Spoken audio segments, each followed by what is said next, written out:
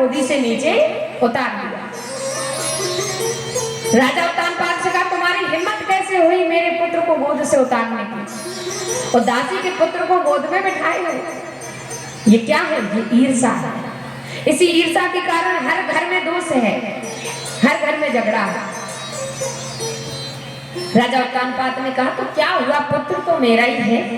बोले, आप कुछ मत बोलो, मेरे सामने मेरे पुत्र का अपमान करोगे, कोई माँ सहन नहीं कर सकती।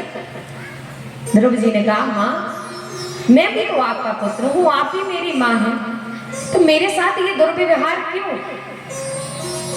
सुरुचि ने कहा, नहीं मैं तुम्हारी माँ नहीं हूँ, तुम्हारी माँ सुनीति है जो एक दासी है, और मैं रानी हूँ। ध्रुव जी ने कहा कि मेरी माँ दासी कैसे हो गई? विवाह आपका भी मेरे पिताजी के साथ हुआ है, तो विवाह मेरी माँ का भी पिताजी के साथ हुआ है, तो वो दासी क्यों? माता सुरुचि ने कहा, वो दासी इसलिए है कि तुम्हारे पिताजी प्रेम हमसे ज्यादा करते हैं, हमसे अधिक करते हैं। अच्छा देखो, एक पत्नी की जीवन में अभिलाषा क्या होती है? अच्छा सहमत हो तो ताली बजा देना। एक पत्नी के जीवन में अभिलाषा क्या होती है?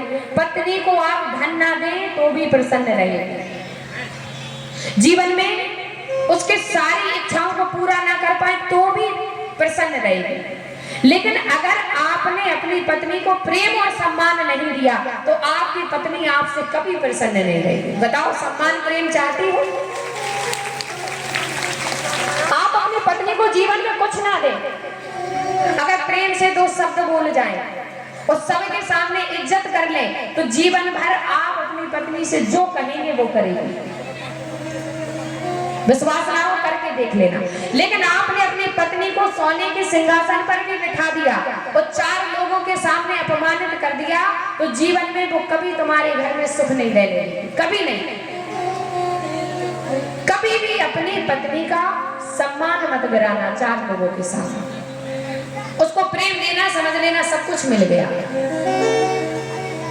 तो सुरुचि कह रही है, तुम्हारे पिताजी हमसे ज्यादा प्रेम करते हैं, तुम्हारी माँ से अधिक, इसलिए वो दासी है और मैं रानी हूँ। और अगर तुम्हें पिताजी की गोद में बैठना है तो तपस्या करनी होगी। ध्रुव जी ने कहा, माँ इसमें मेरा दोष क्या है? जिस प्रकार उत्तम उनका पुत्र है, मैं भी, मेरा कोई अपराध है, मेरी कोई गलती है? सुरुचि ने कहा, नहीं नहीं, आपकी गलती नहीं है, आपकी गलती ये है कि आप दासी के गर्भ से जन्म लेकर आए। मेरे गर्भ से जन्म लेते, मेरे पुत्र बनते तो तुम भी गोद में बैठते, तुमको भी अधिकार होता।